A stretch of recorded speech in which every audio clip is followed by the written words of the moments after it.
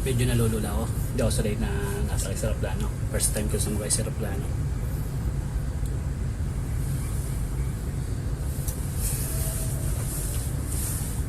Guys, magbabakasyon muna tayo. Yan. Ganda ng view pala pag nasa aeroplano.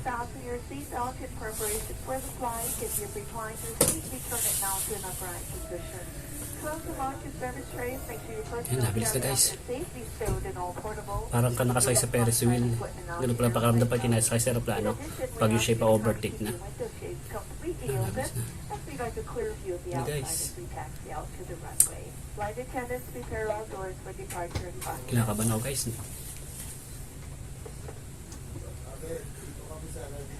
Ganda ng view. Ayun na. Sige guys, iihi muna ako, kinakabahan ako. Diyan muna kayo. Iihi muna ako.